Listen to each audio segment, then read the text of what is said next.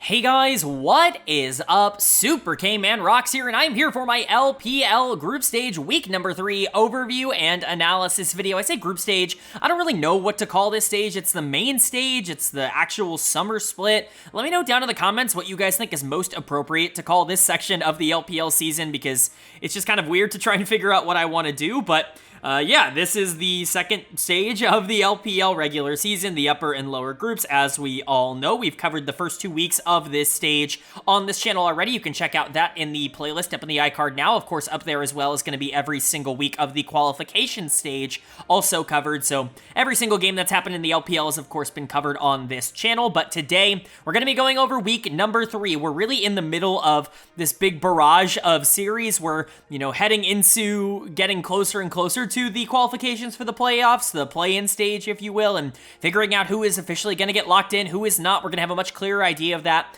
by the end of the video, so I'm excited to go over it. I hope you guys are excited as well. If you are new here, of course, what we do here is go series by series, talking about the advantages and the disadvantages that each team was able to generate. I'll be giving a player of the series and a dud of the series for each individual series that we cover, and at the end of the video, I will be giving a player of the week and a dud of the week to kind of tie everything into a nice, neat little bow. Of course, I will also be updating my personal power rankings from number 1 to number 17, kind of giving you guys an idea of what direction I think teams are moving in. Our team's getting better, our team's getting worse. It's definitely an interesting week, and I think we're getting a much clearer picture of where teams are sitting as of now, so I'm excited to get into it. But without further ado, let's jump right into it. The LPL is, of course, our longest video of the week here on the channel, and so I don't want to waste too much time at the beginning. That means starting off with day number 1, and we kick day 1 off with a Group Nirvana matchup between OMG and Invictus Gaming that OMG is going to take 2-1. I was really intrigued by this matchup because OMG has really started to look a lot better moving into this actual main stage of the LPL. We weren't exactly sure what we were going to get out of them. They were horrible in the qualification stage, in the group stage, if you will. They were pretty atrocious. They just were not able to really win anything. It felt like a lot of the good from the previous split, mostly being Angel and Zhao Feng, had looked significantly worse. And there really wasn't a lot of excitement for me from the one change that was made in the midseason, which is Starry, of course, coming in to replace Abel in the bot lane. I thought this was a pretty major downgrade, especially in the short term, but things have really started looking up for OMG. Starry was excellent last week. Tianzhen obviously coming in to replace Zhao Feng in the jungle. I think from, a short-sighted perspective, I did not think this team was going to get better with the changes. I thought Tianzhen individually was just a worse player than Zhao Feng, especially last split. I'm really not a big fan of Tianzhen, but clearly things have worked out. He was pretty good in week number 1, did a lot of really good things in the team fighting stage, still has his struggles at being able to generate any sort of consistent early game leads, but he has meshed with this team rather well, and I think that that is a really encouraging sign. But the biggest encouraging sign that you could possibly see if you're a fan of OMG is Angel getting back into form. He's going to get player of the series here. This was not even up for debate. The dude absolutely massacred his matchup here. And like I said, this is just such an encouraging factor because Angel was so important to this team in the spring split, because he was so good last year for Ninjas in Pyjamas. The fact that he is the player that needs to step up on this team if they do want to make play-ins, that's an important factor for them. And so him stepping up in a series like this and showing that he can still dominate when given the right matchups, it's a major difference maker for them. And hopefully that's something that can continue. I'm a big fan of Angel's game. It's really funny because my opinion of him has evolved a lot over the course of his career. When he was on Suning, going to World Finals, I was talking about him being super overrated, talking about how he was getting way too much credit for how good that team was. There were a lot of factors for why that team ended up overperforming. I think Huanfeng obviously was very good. Bin is obviously a legendary top laner, and I thought, Sword Art played really well. I thought Angel really didn't have to do all that much on that team, especially in that particular meta. To go from that to a player on Ninjas in Pyjamas that I was talking about being one of the most underrated players in the world last year and being a pseudo all-pro, in my opinion, in the spring split out of the mid lane position, there's just so much development that's happened over Angel's career, and it's good to see. But like I said, the rest of this team has really adapted well to the roster changes. Tianzhen has really added a bit of spice to this team. Zhao Feng was really good at playing within structure, and I do think that there is a lot of upside to Zhao Feng individually as a player, but maybe not so much in this AP jungle, carry jungle meta. It's just not who he is. He's a lot better on Vi and Sejuani and things like that than he is on the AP carry junglers. And so to bring someone like Tianzhen in who is much more aggressive, somebody who's going to be willing to flip the game a lot more, yeah, it's helped so far. And honestly, Tianzhen has way outperformed my expectations up until this point. He's genuinely been a very good jungler for this team through the first 3 series that he has played. If he can keep that up, then yeah, I'm going to be happy to change my opinion on him as well. Starry has been much better as we've gotten into the main stage here. He really struggled in the first part of the year. He's really locked in. I think, PP God's not been perfect. I think this is one of the down years for him, and Harry is still not someone I'm ridiculously excited about, but OMG has so much more going for them right now than they ever did at any point at the beginning of the split. It is just really nice to see. And for Invictus on the other side of this matchup, they're one of those teams, right? Like, they're not good. Like, I can't even really give a specific reason as to why they are awful. I can. Their talent isn't enough. They just don't have the players. Like, Vampire, GLFS, like, they're not starting caliber players here at an LPL level, but they weren't the problem here, in my opinion. Dud of the series is going to go to Nenny in the mid lane. I would actually argue that Nenny has probably been their second best player over the course of this split, only behind On, who was amazing in this series, legit tried to 1v9. Vampire was actually pretty good as well. I don't want to take anything away from the bot lane of IG. They did a really good job to at least keep them in this series and to make these games interesting, but Nenny got completely destroyed in the mid lane matchup. I'm not freaking out. Nenny is kind of who we thought he was. He is a player that I think is going to do really well when a lot of the pressure is off. When he just gets to 1v1, he's going to go even. He's not going to dominate. He's not going to completely fold. Unfortunately, the rest of the team doesn't exactly have the presence and the power to be able to push anything beyond that, but when he is, given a lot of pressure by the enemy team, when he is going into someone like Angel who can beat him 1v1, not exactly able to hold up and stand up to that. So basically what I expected from him, but GLFS still not doing well at this level. He still is really struggling. You Should Know Me really has not been a difference maker at all on the top side. The bot lane was incredible for IG this series. Again, it just didn't really matter. So they dropped to 1-3. I hear a lot of people talking about 4 likely being the magic number here in Group Nirvana to get yourself into a play-in spot. IG is really far away from that, and I wasn't expecting this team to be able to compete for a top 4 spot in this group. I don't think I'm shocked to see them underperforming, but again, they're still the team that can take any random series because it's just how they perform. And then for OMG on the other side, this team is way better than I was giving them credit for. They were number 13 in my power rankings coming into this week. They might even continue to move up. Now, this wasn't the hardest of competition, but this was such a good look, and it was one in a way that I think was so encouraging that I'm really excited to see where they go from here. Then moving on to our second series of day number 1, and it was another series that was pretty predictable. LGD Gaming taking on Bilibili Gaming up in Group Ascend, and BLG, of course, wins this 2-0. They, of course, don't really feel any sort of pressure in this series. LGD, as I've been saying for the entirety of the main stage so far, just a bit out of their depth. They're super happy, and I think super lucky to be in Group Ascend. They're going to feel really good with that result, but they are going to get slaughtered in these games, and that's exactly what happened. They got slaughtered once again here. They moved to 0-6, and I wouldn't expect it to get much better for them. There are a couple interesting players on this team, as I've talked about, mostly Haichao, who is really good, but there's just not much else. There's really not a lot else to like about LGD, and BLG is still, at the moment, the best team in the LPL, at least until proven otherwise. I understand that, not a lot of people are super hyped about them after what happened at the Esports World Cup, but as I talked about in my LCK video, I think overreacting to one best of 3 is a pretty absurd thing to do, especially in a tournament right in the middle of the regular season, halfway across the world for them. I'm not really going to sit here and try and pretend that this was some sort of unbelievable outcome that they ended up losing that series to T1. I think they're going to be just fine, and they continue to prove that. In fact, they probably look a little bit better now than they did in the group stage, the qualification stage, and that's a good sign. Knight is going to get player of the series. It's his second in a row. Everybody was freaking out, panicking, because Knight, he's completely fallen off. He's playing horrible in the qualification series, yada, yada, yada. Of course he was going to figure it out. Of course he was going to turn it around. It's Knight. Like, if you... I preached on this channel. I really tried my hardest to preach patience when it came to someone like Knight, and oftentimes when we see these kinds of weird dips in quality from these players, I just want to preach, like, give them a month. They're going to be just fine. You don't have a player who's been as good for as long as Knight has been good, that just completely falls off for nothing, like in the middle of the year when the team has been number 1 in the region the entire year up until that point. And yeah, Knight got back on track. The Yone, the Annie both looked really good. I think the Yone was a bit better in game 1. That's really what he's getting player of the series for, but he was good in both games. The bot lane continues to be by far the best in the LPL, in my opinion, even with Jackie Love and Mako playing really well at the current moment.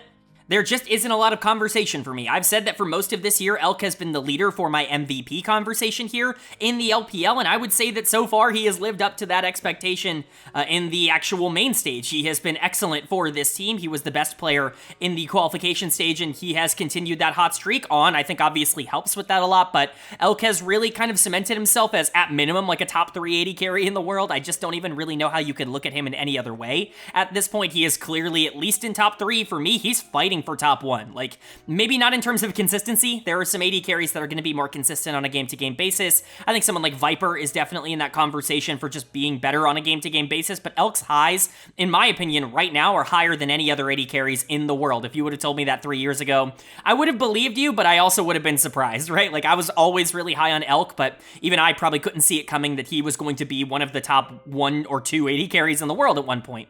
Bin is amazing. Like, there's really not a lot to talk about here. Shun is playing fine. He definitely is still the weak link of this team and the one that I am the most concerned about, but I will reiterate something that I said last week and something that will become even more relevant as we get further along into this video, but I do not think replacing him is a good idea. I think replacing him is actually one of the single worst things that this team could do to just interrupt their season's flow. I think keeping him in and just trying to figure out what you want to do with him is probably the best case scenario. I think he has been, at worst, like a top 3 jungler in the LPL. Like, globally, I can understand the concerns because, you know, he's not really an elite level jungler. He's just like a B+ caliber guy. He's not someone that you feel is going to be able to dominate on a game-to-game basis. Maybe not go up against Kanavi and, you know, Canyon on an international stage and be that guy, but I don't think he's going to be a big enough problem to warrant replacing him in the middle of the summer split. That feels like a ridiculous thing to me. We will talk about that more later in the week, but BLG is BLG. There's really not a lot of analysis to give. This team's really good. And then for LGD on the other side, they're just so outmatched here, even with Meteor getting one of the few champions he can actually play at a high level in the Graves. And I feel like I reiterate this a lot, but Meteor gets so much love online for a guy who plays Graves and Kindred and, like, Brand, and that's it. Like, he really is, like, a small champion pool jungler, and outside of that, he doesn't really do all that much. I get that people really like him. The Graves game looked really good, but all you have to do against LGD is ban out Kindred and Graves, and honestly, I think that this team can't win against any top teams when they don't have that. It really is that simple. Hai Chao is the player that obviously I'm the most interested in. I've talked about that a lot. I think Bertle is a bit underrated at this point, if only because LPL top laners are just so bad. Like, calling Bertle a lower tier LPL top laner is ridiculous. He's clearly top 10, if only because there just aren't like 6 or 7 better top laners right now starting in the LPL with how bad the depths of that position are, but it was the bot lane in this series that really let them down. Whether you want to give dud of the series to Xiaoya or Jin Zhao, I think it's really up to you. Both of them were pretty horrible. I'm going to give it to Jin Zhao because he just continues to do literally nothing, whether it's on engagers, whether it's on protectors, you know, even enchanters. It just doesn't matter. He is going to have, as I've said, you know, 3 to 4 really good games every single split, and then the other, you know, 20 to 30 are going to be horrible. Like, it's just kind of what you have to live with when it comes to Jin Zhao, and that's what he showed off here. But Xiaoya wasn't much better. It felt like this bot lane was improving a lot. Xiaoya kind of emerging as a, you know, at least starting caliber AD carry was something that was intriguing about LGD, and it's a big reason why they are in this group in the first place, but it just doesn't seem like that's going to be able to hold up against, you know, Elk and On, which I guess is really not all that surprising, but LGD is who they are, and BLG is who they are. This isn't a surprising outcome, both teams looking, in my opinion, exactly as anticipated. Then moving on now to day number 2, we go back down to Group Nirvana, and we find a matchup between Rare Adam and Edward Gaming. The Rare Adam's going to take in a 2-1 series win. This is not any sort of upset. It is a nice showing from Rare Adam. I think that that's the encouraging part, is that RA actually is picking up another win here. Their random loss last week to Ultra Prime certainly left a bad taste in my mouth in terms of where this team was sitting, because it really felt like they shouldn't have a ton of trouble with Group Nirvana. They should be right there with teams like WE in, like, the top of the standings, like a free pass into the play-in stage. That's kind of what you would expect from this roster in particular. This is a lot closer to, I think, what we were all anticipating here from RA, and I think that is a good sign for EDG. This team has just completely imploded. There were some good moments in this series, significantly more so than last week, but there was a reason I moved them down into my bottom 3 last week, because I do think they're a bottom 3 team right now in the LPL, and I don't even think that's really all that controversial. This is just not a very good League of Legends team, and expecting them to be able to win, I think, is just kind of out of their their depth at the moment against a team like RA. So we'll talk about it. Player of the series is going to go to Zhao Hao. You know, Jeje is still a player that matters a lot to EDG. I've been very critical of his game because I think that he individually has really underperformed over the course of this split, over the course of this year. I think he's really shown that he's just not the elite level jungler. I'm not trying to sit here and say that he's awful or that he wouldn't look better in a different situation, but he is not playing like a top, 3 or 4 jungler like you could theoretically imagine him being going into the year. He's just kind of been a guy for this team, and when Zhao Hao is just out jungling you, that is a sign that it's just not there anymore, and that's not anything against Zhao Hao. I'm a part of like the biggest Zhao Hao fan club in the world. Like, he is one of the prime examples of a channel darling on this channel for as many years on Anyone's Legend, and I will continue to laugh at Weibo Gaming, not because Tarzan isn't also great, because Tarzan is great, and honestly, I don't know if I would have made that same decision. I might have, going into summer, that Weibo did, but I am laughing at bringing Zhao Hao into your organization only to get rid of him before summer split, where he has always historically been significantly better than in spring split. He continues that trend here, just a really good back half of this series. I think Assume and Jue were also the other two that you want to shout out in a positive way. Assume did a really good job of capitalizing on a lot of the things set up for him. That Ziggs in Game 3 was doing a billion damage, and I do want to give him credit for that. You know, he is a starting caliber AD carry in the LPL. Sometimes I think I lose that in terms of how I talk about him. I've always felt that way, just I want to kind of control the narrative in the sense of he's not going to be the next big, unbelievable AD carry at the LPL level. He's not going to be Elk, who is on a bad team and turns in to one of the best AD carries in the world. I just don't see that for Assume, and I think a lot of the expectations on that are still way, overtuned, but I think he is a starting caliber ADC, and I think that you're fine having him if you're a team like RA who's competing for top 10. Jue was also pretty solid here. Vikla was pretty good. Xiaoxu was probably the better top laner in this series, which I think is a good sign. Overall, RA just looked solid. Game 2, you would have probably hoped they would have won, but at the end of the day, like, losing one game isn't the worst thing in the world, so long as you're able to bounce back and win this series. But for EDG on the other side, they just have some real issues. Dead of the series for me is going to go to Solo Kill. I see some weird comments about him right now on social media. I think he had a really bad series here, and I think people are going to point to game number 3 in particular on the Cassante, where he just didn't look all that good. But I saw some comments talking about how, like, Solo Kill is like the worst top laner or the worst player in the LPL. We cannot be watching the same games. First of all, the bad players in the LPL are very clear. It is not a question of who the worst players in the LPL are. That has become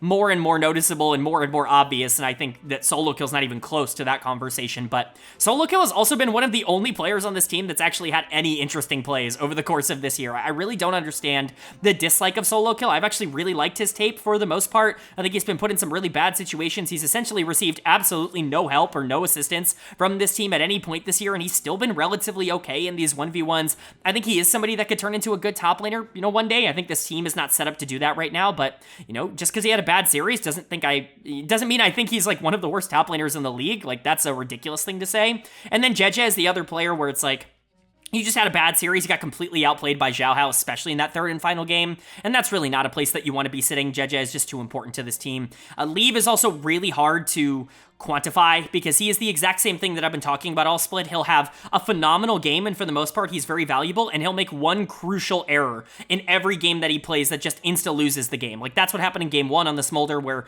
especially in like the 20 to 25 minute mark, he'll make one mistake, and then all of a sudden the game is over. And this has happened like 5 or 6 times this year, maybe even more than that over the course of this year. It's not just a coincidence. Like, this is a pattern at this point. Leaves, careful macro in the mid to late game is awful. Like, no matter how good his mechanics are, if he doesn't fix that part of his game, he can never really take that next leap as one of the better AD carries. Like, we know he can, mechanically speaking. He should be in that category, but those mistakes are really costing him right now. Wink also has not been great since the new stage started. Something to keep an eye on. Crying is just whatever in the mid lane at this point. EDG is just not a good team. They're not an exciting team. They don't really have the upside. The only things I could really see kind of locking them in are if Jeje and Leave really start working well together, which is a funny sentence because of all the drama surrounding those two individually as players. But EDG is really taking their spot in the bottom 3 very seriously at the moment. And then for RA, this should be a team that doesn't really worry too much about this stage of the tournament. They should be able to get to the play-in stage and do something from there. I'm not going to guarantee that they're going to run through every single team in this part of the bracket, but theoretically they should have the advantage against all of them. And then moving on to our second series of day number 2, and it's a battle between two teams yet to find a series win so far in the group Ascend. It's Ninjas in Pyjamas taking on FunPlus Phoenix, and FPX is going to pick up the 2-1 series win, and they're going to feel pretty lucky to do so. This felt done and dusted in the middle of game number 2. It feels like we say this a lot nowadays. Like in 2024, it's become a lot more of a regular occurrence where one team will just have a gigantic lead in game number 1, a gigantic lead at the beginning of game 2, throw that lead, and then lose game number 3. Like, it's just become something that we've seen pretty regularly across every region in the world, and it's pretty funny to watch, but unfortunately, Ninjas in Pyjamas is going to drop to 0-4 because of it. They at the very least win their first game of Group Ascend, moving to 1-8 on the main stage here, but FPX coming across as the winners, that's good for them. I still don't think this team is particularly great. I think they're going to be like lower middle of Group Ascend. Like, that's kind of the expectation. They'll probably be somewhere in the play-in stage, or at least that's my anticipation. And actually, maybe not, though, because it's only the bottom 2 that end up going into play-ins, and FPX does definitely feel better than the bottom 2 right now, so this is looking like a playoff team, at least in terms of their current kind of construction, the way that things have worked out for them, because Ninjas in Pyjamas has been so bad here in this actual stage, and I think this win's actually going to be pretty impactful for them, hopefully.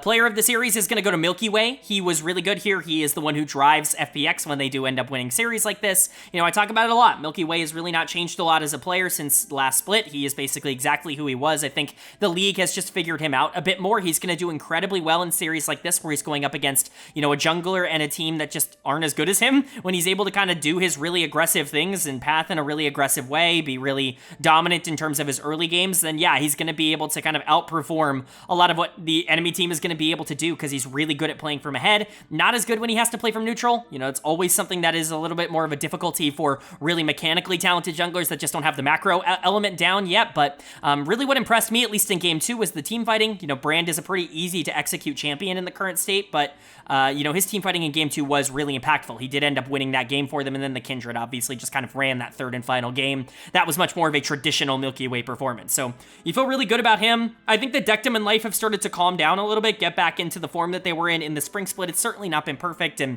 they're going to need to simply be better than what they've been so far in summer, but this was definitely a better showing. I think Kara was actually pretty good here in the mid lane, and he continues to be a lot better in summer than he was in spring. Quite frankly, he was bad in spring. He was the weakness of this team in every possible way in the spring split. They just couldn't get any sort of pressure through the middle of the map, and he was quite clearly the weakest player on this team. He's gotten back a bit more to that 2023 form that he had coming into the year, and that's a good thing to see, especially on these more aggressive AD carry, you know, types of mid laners. I think that fits his playstyle a bit more, but going up against Rookie and being able to kind of be the better mid laner, that's a good sign. ZDZ's fit into this team fine. He's basically exactly what Zhao Lahu was. Like, really isn't that much of a difference. I don't even think mechanically there really is nothing I can say. They're basically the same player, so if you wanted to make that change from a personnel perspective, then you wanted to make it, but it doesn't really feel like it's changed the team at all. FPX is just fine. I don't expect that they're going to be able to compete with the other, you know, big teams here in Group Ascend, but being able to beat Ninjas in Pyjamas should be good enough to get them a playoff spot, and for NIP, they're in disaster mode now. They're sitting at 0-4, and they have yet to play any of the top 3 teams in the league, which is as disastrous as it could possibly get. Aki's going to get done of the series, completely collapsed down the stretch. His Brand, you know, for what it's worth in game 3 was pretty horrible. That's even with Shanji getting on his signature pick in the Shyvana top. That's kind of the thing that he rose to prominence on, AP Shyvana top. I think a lot of people forget about that. People remember the Rumble as his signature champion, but, you know, it's Rumble and Shyvana, so definitely not ideal to see him get his signature pick in game 3 and have his jungler kind of throw that away. It's really not ideal. We'll talk a bit more about Aki as we get further along in the week, because he is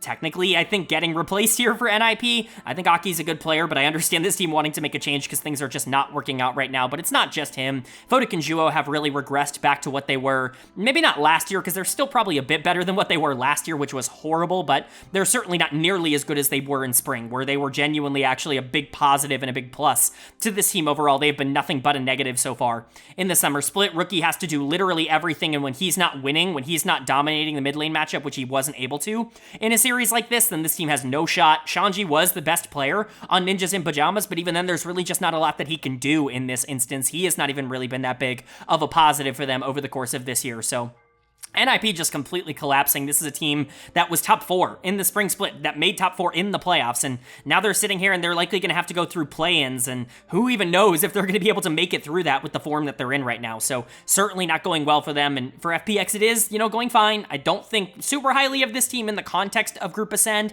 I think they are like a top 6 or 7 team in the LPL, which I think is certainly good. I don't think they're going to compete for like a world spot. That would certainly be a little bit out of their depth, in my opinion. I just don't know if they have the talent to do that. But this was a good, showing that at least they're not likely to be one of the bottom 2 teams in the group.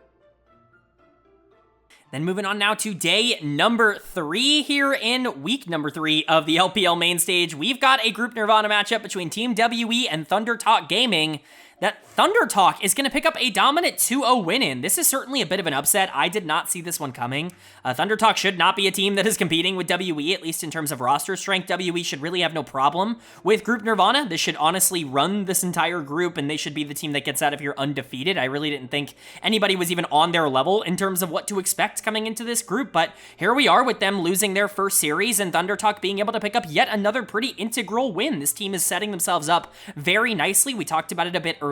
4 is likely the magic number here in Group Nirvana to get yourself into the play-in stage. They're sitting at 3 wins on their first 4 series. That's a really, really nice place to be. So hopefully they can keep it up. And I think an encouraging part is that their, more questionable players will just say actually played really well here. Player of the series is going to go to Hoya in the top lane. He is one of the players I was referring to when I was talking earlier with the solo kill thing about how there are some players who are just like clearly the worst in the LPL. Hoya is kind of one of those players who has just been objectively horrible. Like there are just no positives to his game in the LPL so far. He has just really done nothing ever since that first split on Thunder Talk. He has completely fallen off and been one of the worst players, and here we are with him outplaying Wayward and just being more clinical in the late game and being really positive for this team. His team fighting was great. Obviously the Kennen in game 1 very noticeable, but some really great Gnar plays in game number 2 as well. Just a lot of really big positives. This is, in my opinion, the best series that Hoya has played in like a year and a half, and I don't even think it's really all that close. It's going up against somebody who was really good last split and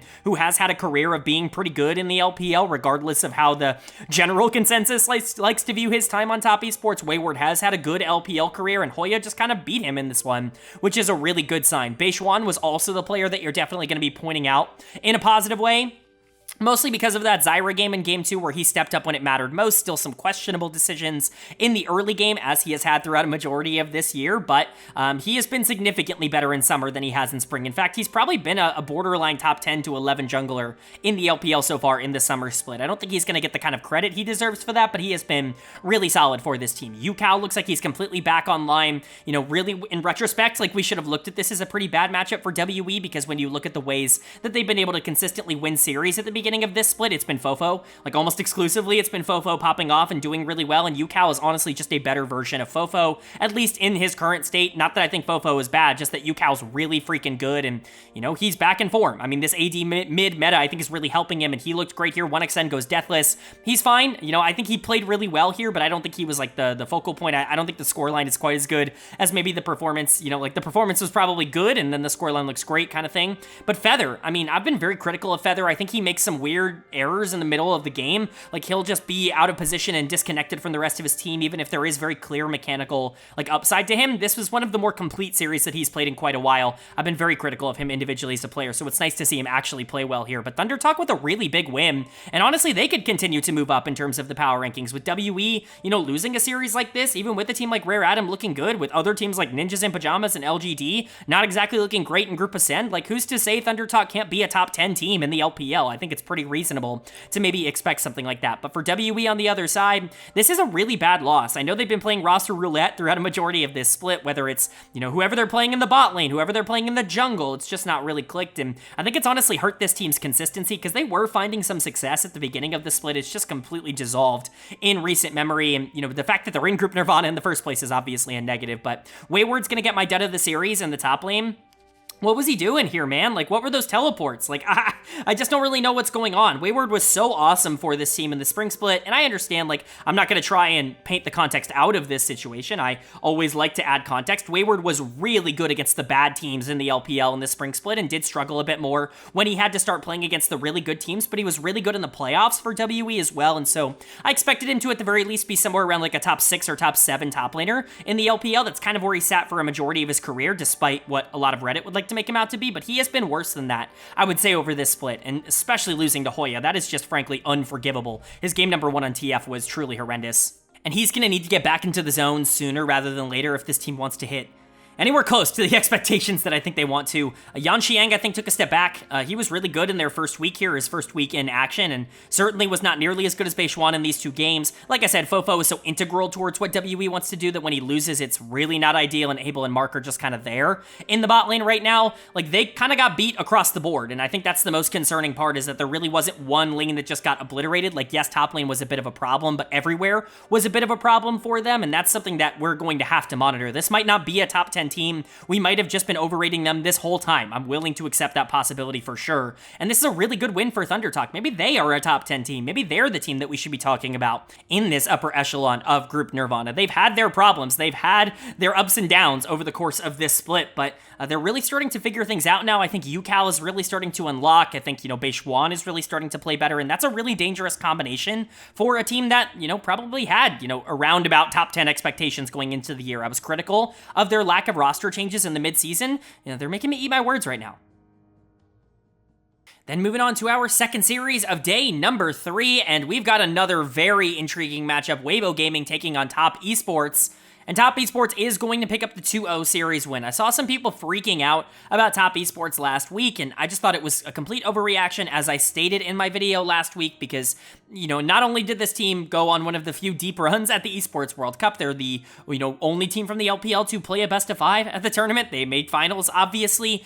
Coming back was probably a bit staggering in terms of scheduling for them. They had a really tough schedule in their first week back. There was a lot of things, I think, at play for why they ended up underperforming, but also this team is just naturally a bit volatile, and I think generally once they got their rest, once they got back into the flow of things, they were going to be just fine, and that's exactly what we saw here. I guess to summarize it all up in one sentence, the rumors of Top Esports' demise were obviously exaggerated. It's just very, very obvious to me, and they come up and show that here. I know some people are still off the Weibo train. I'm pretty on the Weibo train, at least as like a top 6 team in the LPL. I don't think that they're going to be competing for top 4. Actually, I do think they'll be competing for top 4, but the inconsistencies are probably just going to keep them out of that in terms of my power rankings. Who knows what happens come playoff time? This team is certainly talented enough to make a run like that, but this very much felt like Top Esports playing their game, not so much Weibo Gaming just completely disappearing.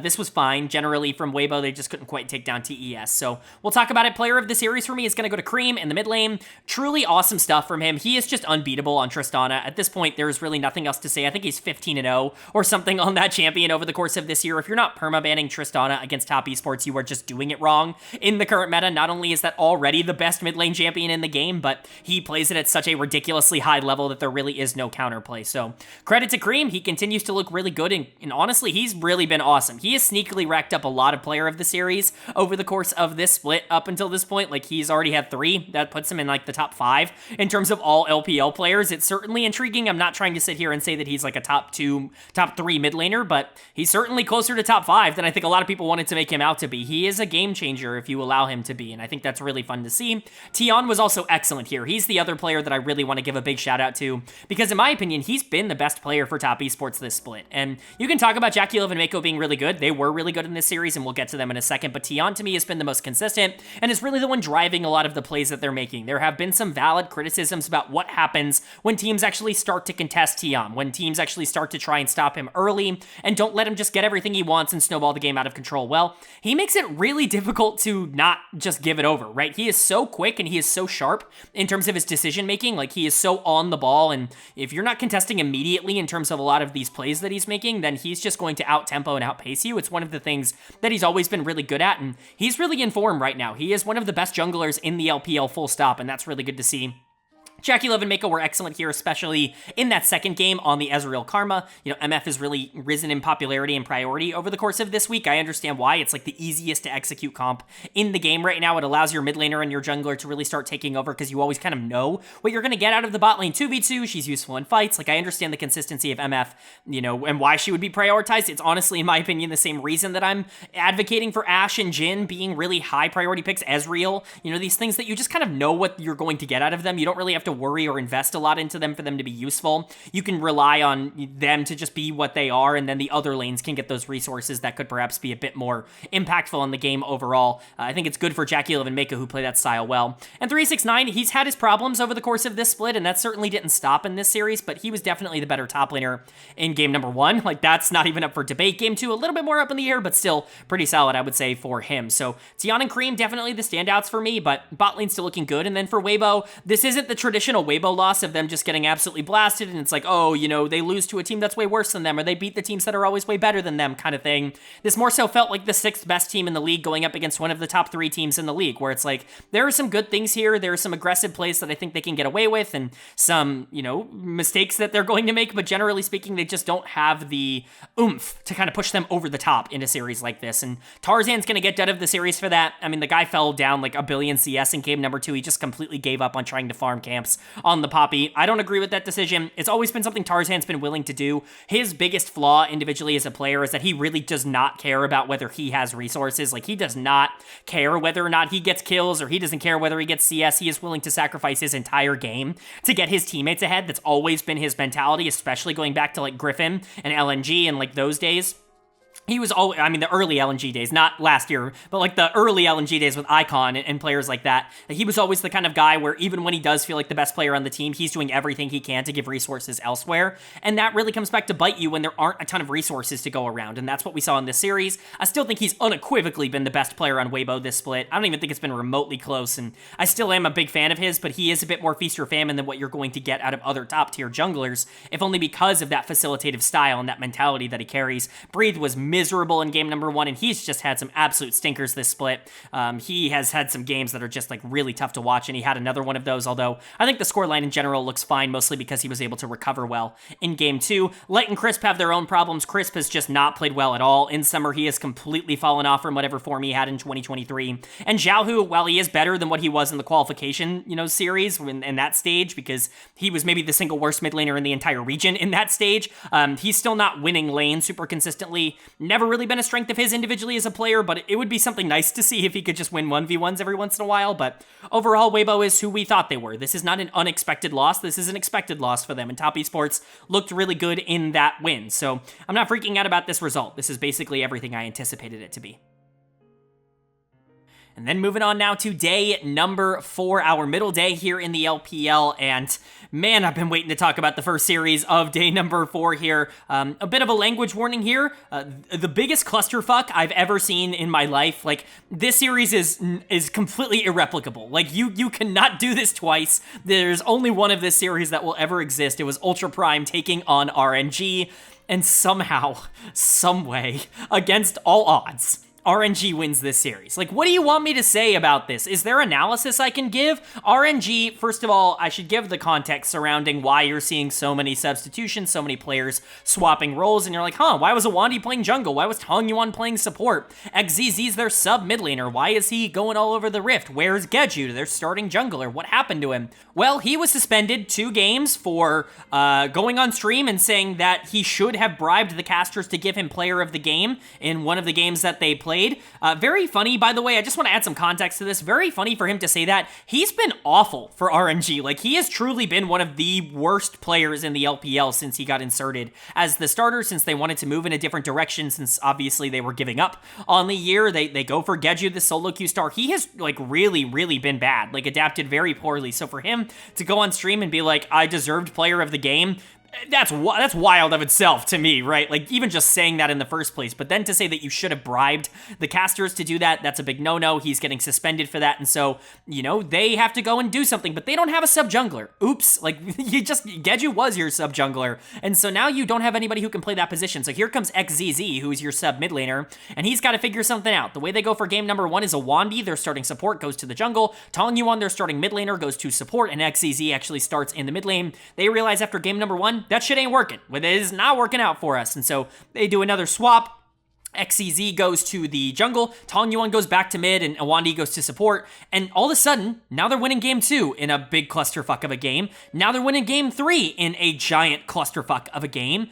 What is going on? Like, what How did we get here? How did they win this series? Like, I truly cannot express how ridiculous this is. I don't even know if I can analyze it. Tongyuan's player of the series, it somehow, some way, through the chaos, through the fire, through the flames, Tongyuan just played the best series that he's played in 2 years. I don't know how that happened. I don't know what to tell you, but the Lucian game in particular in game 2 was awesome from him, was really able to control a lot of the tempo going into Yuukai, who is a good laner. For him to be able to just beat him in the 1v1, that's huge. And the Yone was also super impactful in game 3, even if the scoreline doesn't necessarily show that. This is by far the best that Tongyuan has played ever since his rookie split. Like, I can't even explain it. I truly cannot tell you what got into him over the course of this split, or this series, but this was awesome from him. You know, I thought Awandi did really well on the Braum and the Alistair once he got into the support position. XEZ actually looked pretty good on the Zac, at least in terms of, like, pathing. Like, he clearly has at least played the champion before, and after the Zac game in game 2, I'm shocked Ultra Prime just wasn't like, well, let's get rid of Zac. I don't know if he can play anything else.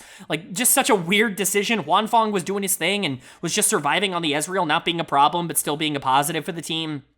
And Juice ends up winning game number 3 with the Kennen. So, you know, like, crazy stuff going on, even if he was kind of throwing away a lot of the leads he was able to get in the early game anyways. And so, somehow, someway, RNG picks up their first win of the split of the main stage here in this absolute disaster of a series. And for Ultra Prime, like, what do you even want me to say? Like, this is a disaster. This is a disgrace for them to lose this. You had your full roster going against Frankenstein's corpse on the other side, and you still couldn't pick up a series win? Like, what are we even supposed to be doing here? I just don't understand. Nicket's gonna get done of the series in the support position, but I think theoretically you could give it to basically anybody. I think individually, from a mechanical perspective, there is a lot to praise for Ultra Prime. There were a lot of really fun plays from Qingtian, from Yuukai. I don't think Doggo was really all that bad in terms of the team fighting here, but their macro is so horrendous. They have absolutely no idea how to play the map, and it really does cost them. They're unable to win a lot of these games because of that problem, and now they are sitting here at 1-3. Their one win, of course, being over Rare Atom, one of the best teams in the group somehow, some way,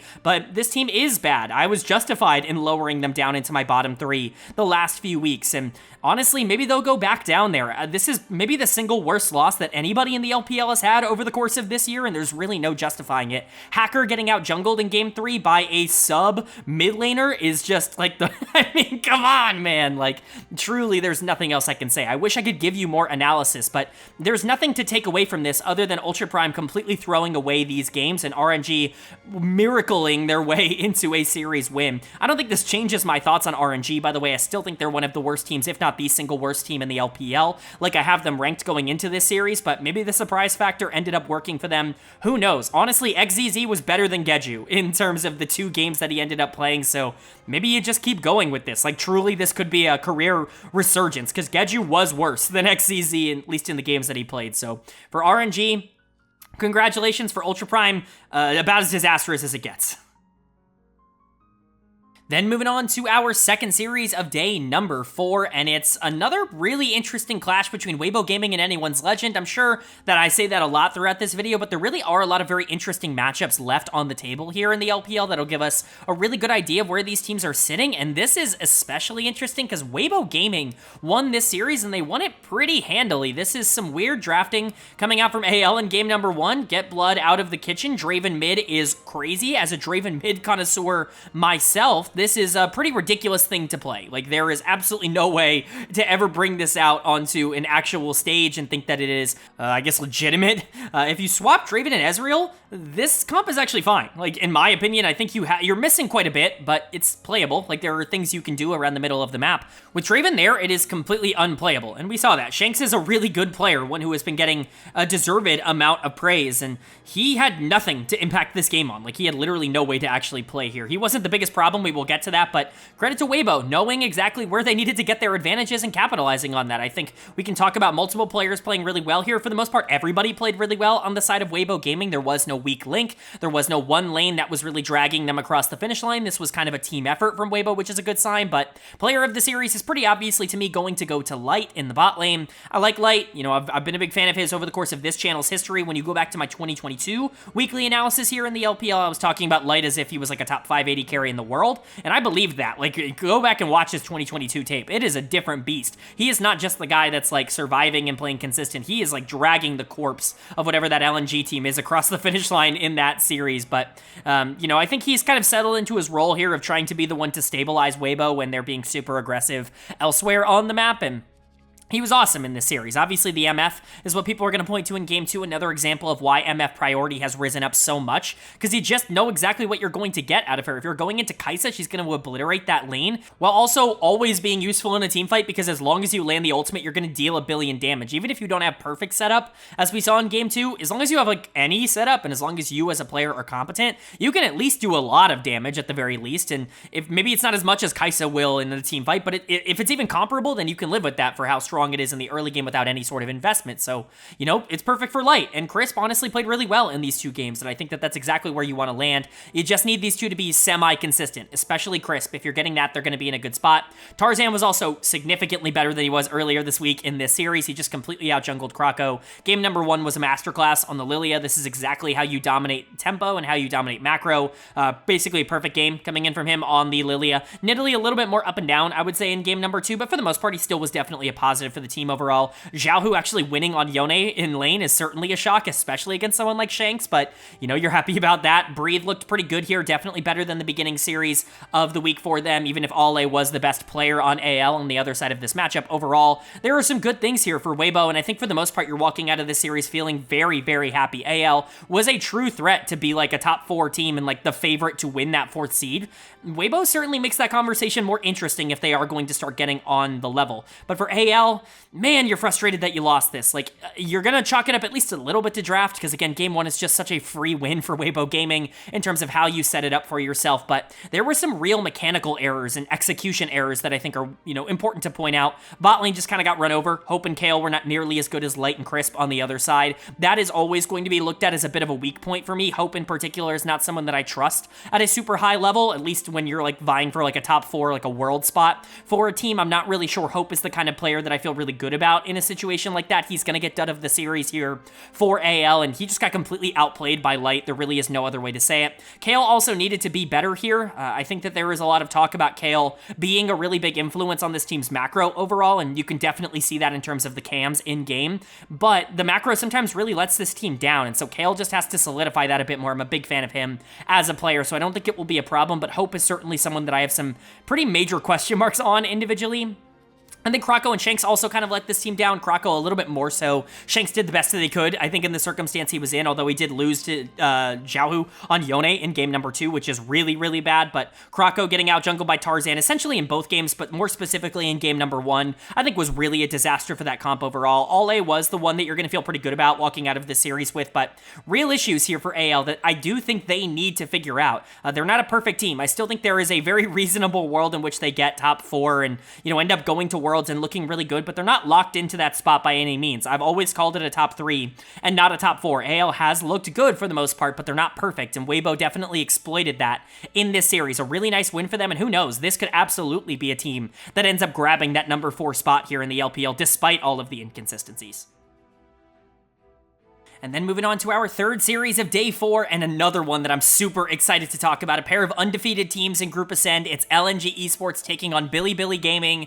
And LNG picks up probably the biggest victory of the split up until this point in terms of any team just saying, like, we are here. This is a statement win from LNG that the problems that they have had over the course of this year, whether they be in the qualification stage, whether they be from the spring split, all of them are really starting to vanish one after another, because this was as complete of a performance as you could possibly ask for. Not only did they come and beat BLG, who has yet to drop a series in the LPL, but they did it facing Knights Ahri, which is essentially the unbeatable curse of the LPL right now. For LNG to walk out of this series with a win, it is the biggest statement they could possibly give that, no, we are not just another team, we are a contender here in the LPL. And all of those people that said that we were never going to be there, they were wrong, because here we are. For Bilibili, this is obviously a frustrating loss. It's not one that I'm going to dwell on too much, because there was a lot going wrong for them in this series, a lot going right for them in this series as well. It wasn't quite as just like,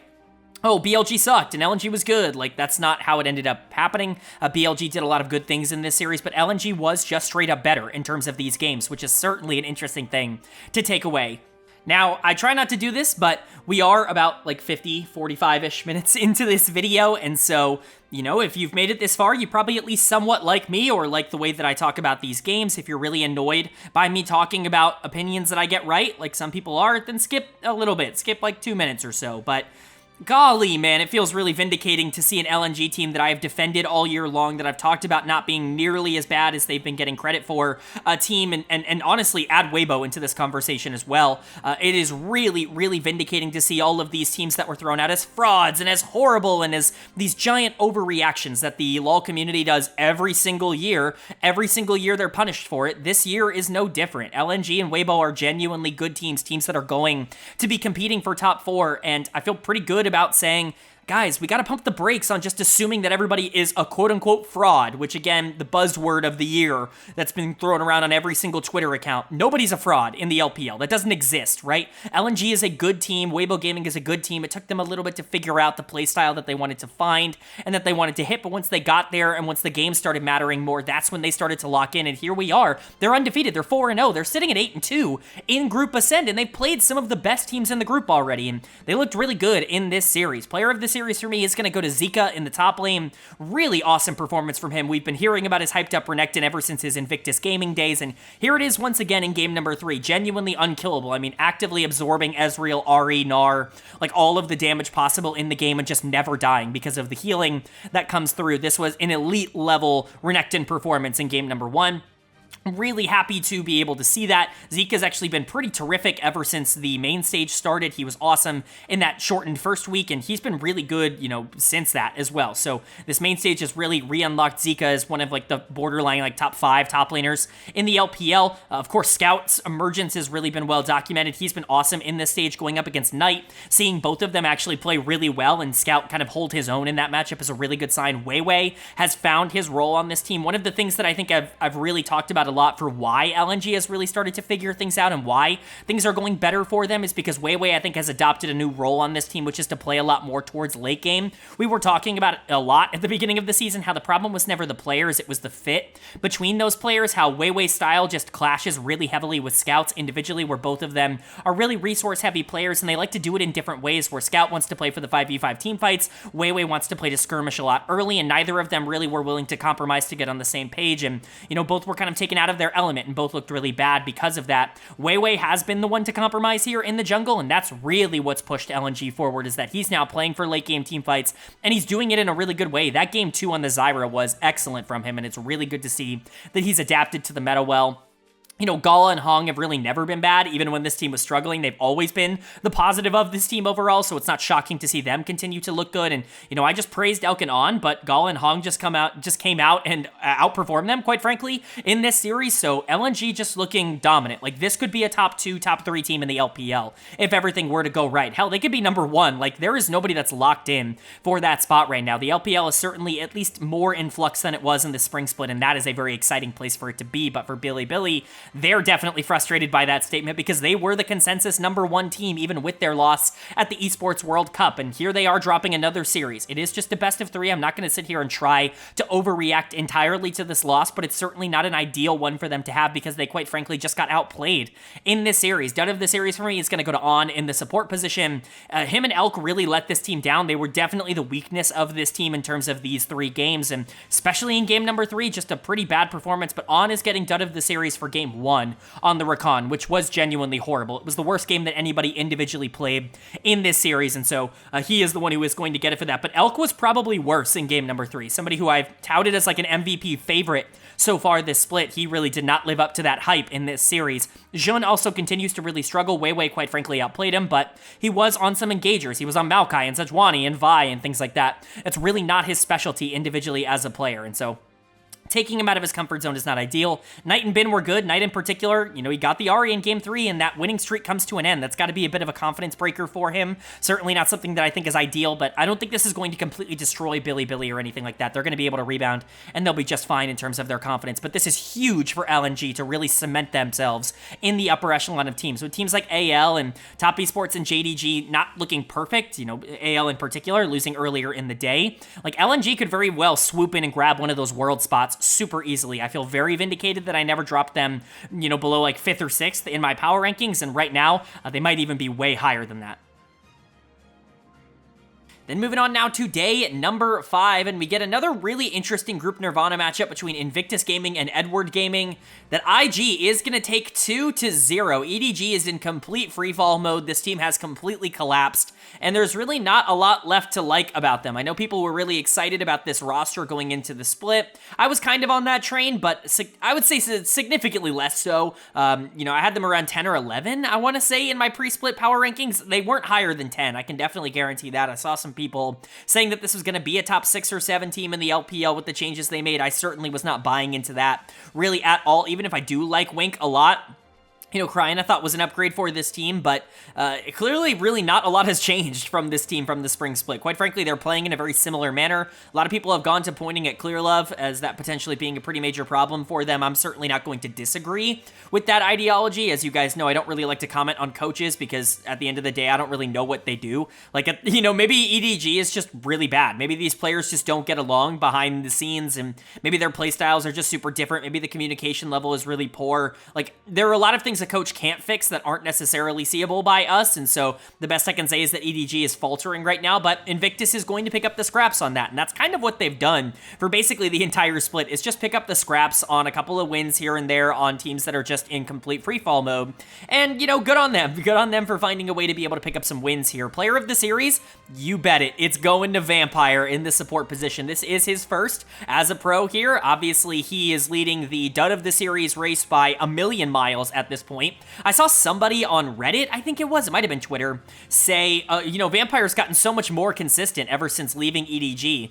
What are we watching? Like, are we watching the same games? Vampire has clearly been the worst player in the LPL, even in the summer split. Like, I would argue that he's definitely been better in summer because he was that bad in spring. He was unplayable, like, not even on the same wavelength as everybody else in the spring split. But in summer, he's just kind of been the worst player in the LPL, and that's kind of an upgrade for what he has been. This is his best series by far, but pretending as if this is some sort of like continuation of a good split, like, you would have to be truly insane, I think, to say that. Like, you would have to not be watching the same games that I'm watching, because still, by every single conceivable metric, not only in terms of results, but like the eye test and like just for a peek behind the curtain, I obviously track my own individual like stats and metrics that I try to use to keep my opinion on these players relatively grounded. Vampire is last in every single one of them. Like, this guy is just bad, and I get it. He had a good series here, and I'm happy for him because I didn't know if something like this was going to happen in 2024 with the circumstance behind why he's playing, but,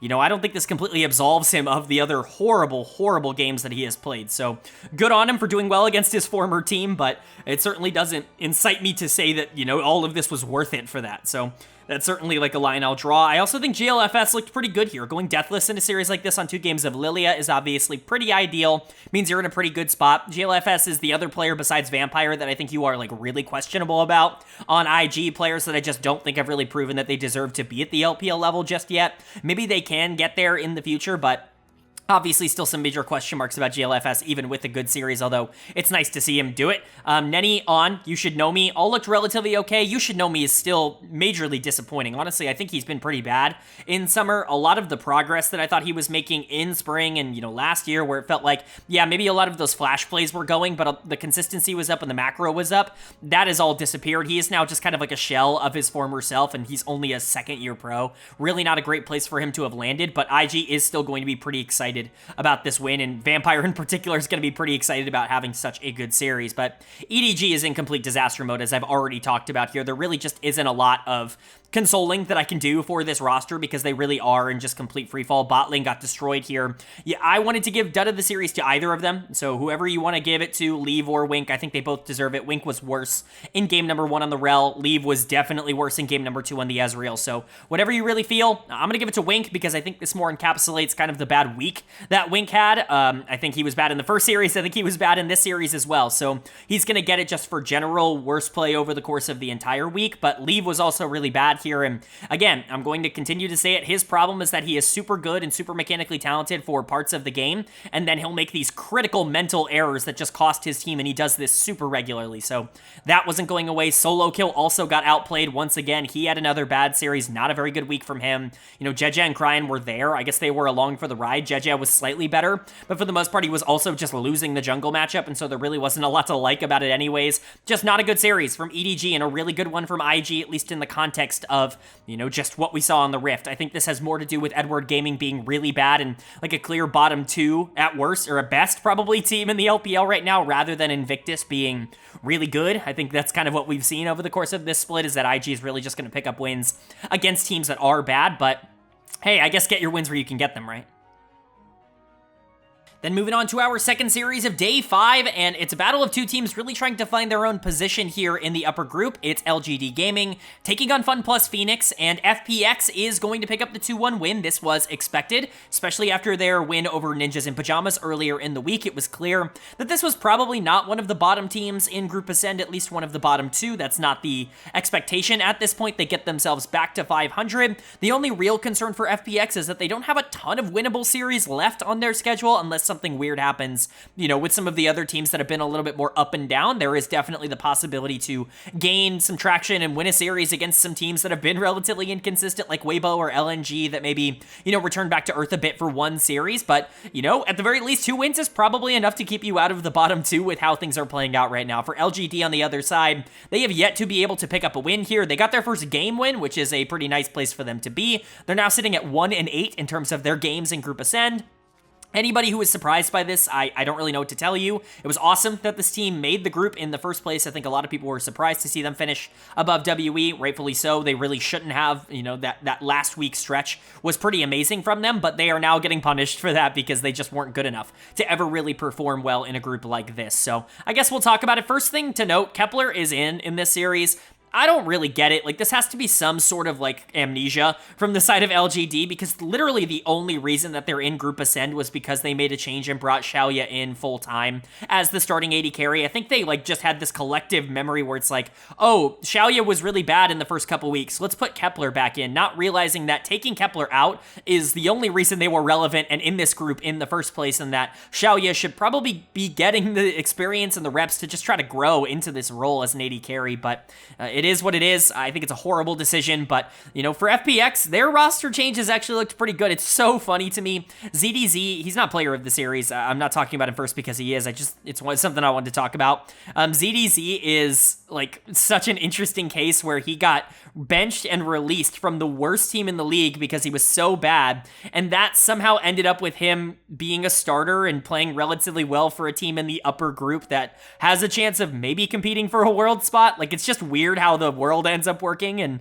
you know, ZDZ is fine. Like, I don't think he's really that good of a player, but they didn't have a star in the top lane before they ended up putting him in. I still think it's an interesting decision to start him over Zhao Laohu, but if you want to go that direction, it's so far working out at the very least. But he's not player of the series. That is going to go to Dectum in the bot lane.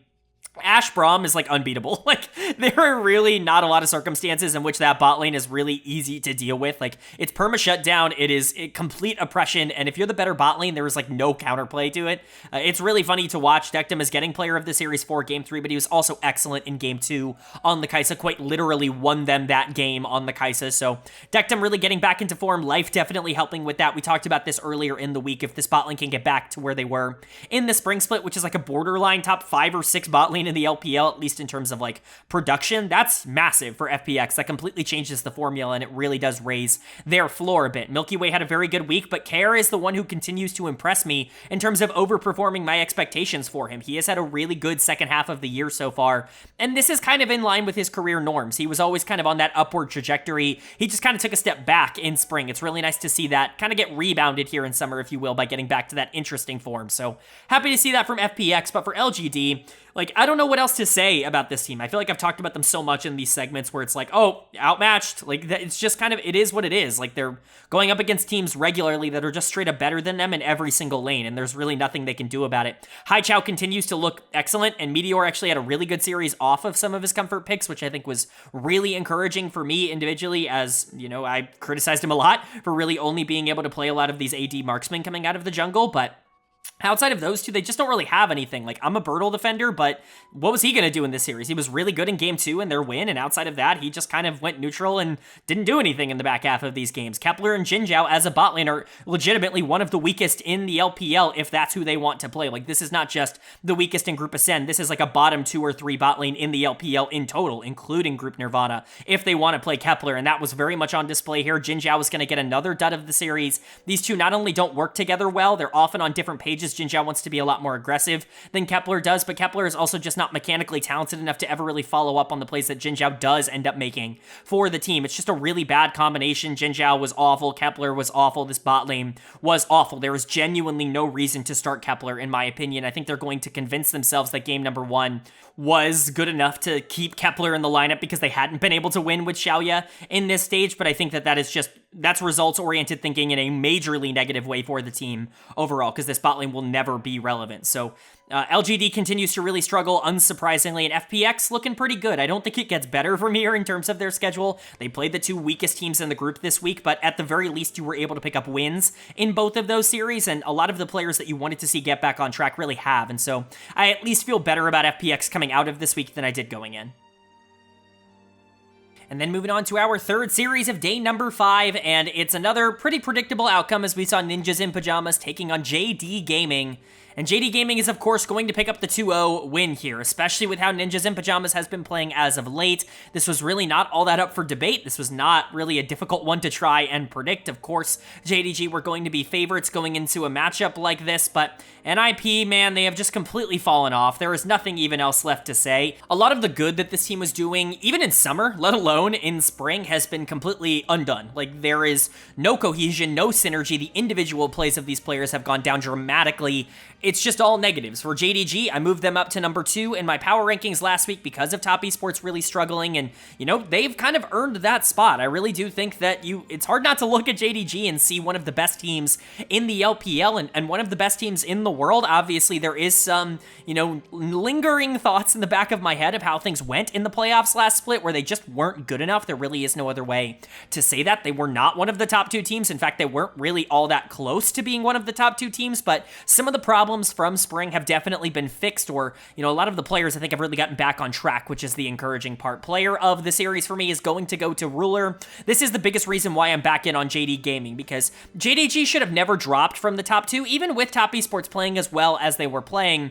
JDG should have never been in a spot to not be one of the top 2 teams so long as Ruler and Missing were playing well, but that really wasn't the case for parts of the spring split. I'm not going to sit here and try and say Ruler was awful. As I've said, it was a disappointing split for Ruler, and that means he was only a top 5 AD carry in the LPL as opposed to a top 3, and that's what a lot of people would consider a disappointing split for Ruler, but that has no longer been up for debate. He has been one of the best AD carries in the LPL. In summer, he's really reclaimed that spot. The last couple of weeks in particular have been spectacular from him, even if he did start slow. Once again, he has really come on in this new meta, and, you know, his Ashe was unbelievable in game 2. Ashe continues to prove herself, in my opinion, to be the most valuable AD carry in the game right now, as I've been saying for weeks and weeks on this channel, but the Ezreal continues to be very high value as well. Ruler's just really good in this meta, getting to pair up with a really good engage support and, you know, general aggressive play coming out of the middle of the map. That's where he is going to excel the most, and that's what he's doing now. Kanavi's still a front runner for MVP. He was right up there with Elk as 1A, 1B coming into the week for me. Elk obviously has struggled a bit. Maybe that puts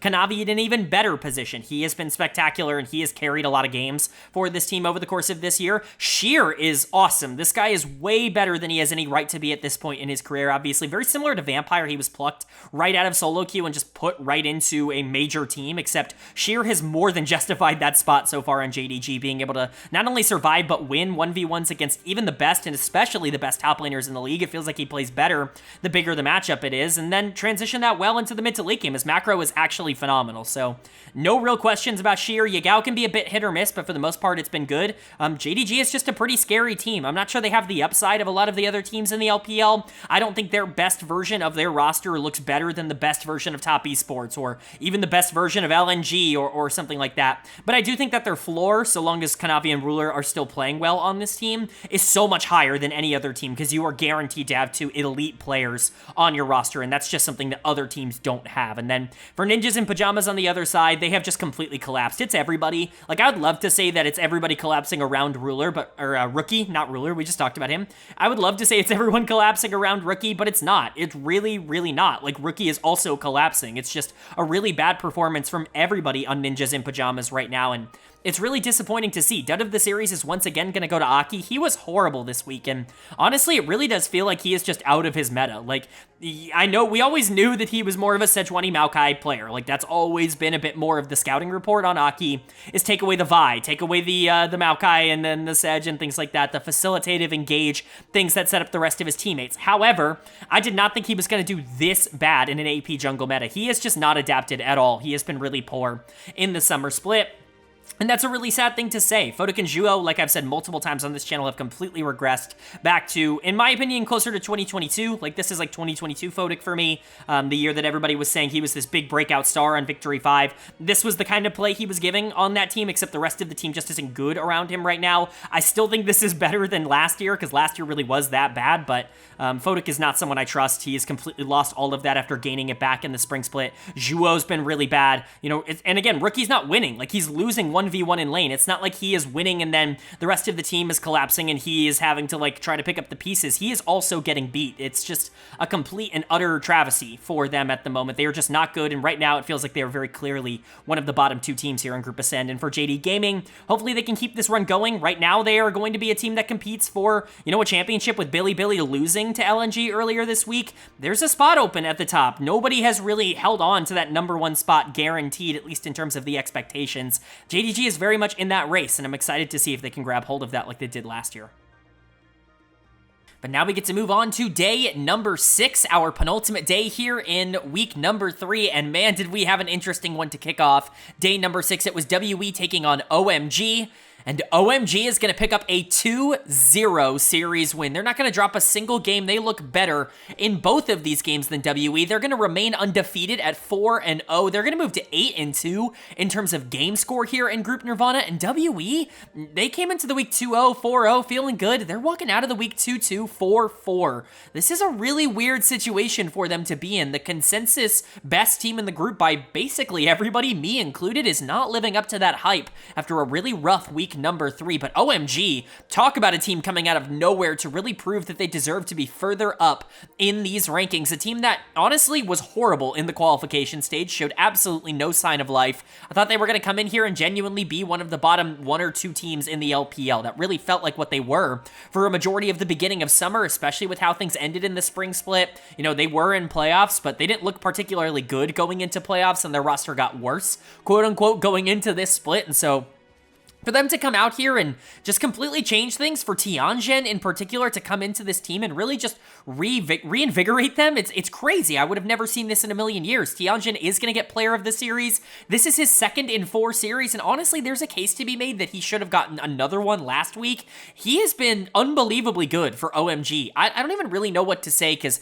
I was really anti-Tianjin when he was on Invictus. It really felt like he was dragging that team down in a lot of different ways, where it felt like that team actually had a lot of promise, had a lot of upside, and his individual play was really just lacking in a lot of specific areas, most notably the fact that he really was not flexible in his playstyle. He really didn't have a lot of options. He either did the thing that he was good at and looked okay, or didn't do the thing he was good at and couldn't play the game. There really wasn't a lot of like ups and downs, but he's come over here to OMG and all of a sudden things have kind of just started working out for him. Obviously, getting his signature Rengar in game number 1 is pretty good, but he's been good on every relevant meta champion, at least so far, that he has played. He has genuinely just been great in all 8 of OMG's wins so far. It's really interesting to see. I thought it was a big mistake to bring him in as the jungler. I've been proven entirely wrong on that. I'm happy to take my L. Trust me, I know there's some people out there that like to think that I don't, you know, ever admit to when I'm wrong, but I'm happy to admit when I'm wrong, especially when I was low on a player. If a player overperforms or outperforms my expectations, man, am I excited to talk about that. That's what I want. I'd much rather be wrong about a player being bad and they turn out to be good. That's a really good outcome for me. So Tianjin looking as good as he is right now, I think is really encouraging, but it's not just him, it's the rest of this team. Starry is the other player who I heavily criticized on OMG, and boy, is he also stepping up. He has really been spectacular through the last couple of series, and if he's going to find some form and really turn into an AD carry that can start to build something, become, he's gotten to the point where he is a good AD carry at this level. If he can turn into a really good AD carry at this level, OMG might really have something. I know there were people really excited about his LDL tape. I was not one of them. I thought there was a lot still to learn for him, and we saw those growing pains at the beginning of summer where he was horrible. Like, quite frankly, this has been a resurgence for him, but the resurgence definitely has happened, and that's encouraging. PP God, I think, is definitely to help for that, but he hasn't been perfect this split. I would argue that Starry has been better in these games than PP God. Angel, obviously, we talked about earlier this week. Even Harry had a good series, which is not something he has very often. So OMG actually looking really good in this series. I'm really excited to see where they go from here, because this is just such an unexpected breakout for them in the middle of the split. But for WE, this is a catastrophically bad loss, quite frankly. I understand OMG is a good team, and you played some good teams this week. Thunder Talk, OMG, they're good teams, but they're not great teams. Neither of them really should be beating you. Like, there is no excuse for WE walking out of this week with 0 wins, like with 2 losses. That is pretty horrendous. There really just is no way to justify that. I think their roster roulette has really come back to bite them, and the fact that this team really clearly does not have any synergy. They also don't have a star, which I think is going to hold them back. Mark is going to get done of the series here. It's really funny. I talk about this a lot. I think support is much harder to play now than it has been in many years. Like, we've had engage metas, we've had enchanter metas, generally we've seen quite a few different ways to play support, but I think just the overall onus on support right now because of AP jungles and the game's going longer, I think support as a position is becoming significantly more difficult to pilot at a high level, and we're seeing that across the world. A lot of supports who were good have turned below average, and a lot of supports who were below average have turned unplayable across this year, and Mark is one of those that I thought was pretty good for most of his career. Definitely got more of a bad reputation because he's been on good teams rather than just like he's basically as good as a Wandy, right? Like, he's the same player. But going over here to WE, he struggled a lot in this split. He has not really elevated any of the 80 carries that he's been able to play with. He's going to get dead of the series here, but Abel has also not really been able to maintain any sort of momentum. This has been a bit of a problem for Abel, and it's really funny to see this matchup of Abel versus Starry. Obviously, Starry replacing Abel on OMG, but, the big problem for Abel was always inconsistency. The highs were never an issue. It was the lows that became a bit of a problem, and I still thought Abel was better than Starry. Like, when you made this decision, when Starry was announced as the starter for OMG, I thought it was a mistake, but here we are, Starry beating Abel and really proving that maybe this was the right decision. Fofo has definitely cooled off since his unbelievably hot summer start when he was in the qualification stage where he was like an MVP frontrunner through the first 3 weeks. Yan Xiang was definitely worse in the second week. Wayward has been awful across a couple of weeks of gameplay. Like, WE is just not clicking in a way that I can't really explain. They are so much less than the sum of their parts right now, and that's really going to hold them back. But for OMG, they look better than anybody could have ever anticipated. This team's changes have done nothing but make them better, and it really feels like they found a gem bringing Tianjin in. This is really, really fun right now. They just have to be able to maintain it. Then moving on to our second series of day number 6, and another pretty predictable outcome with Top Esports taking on LGD Gaming.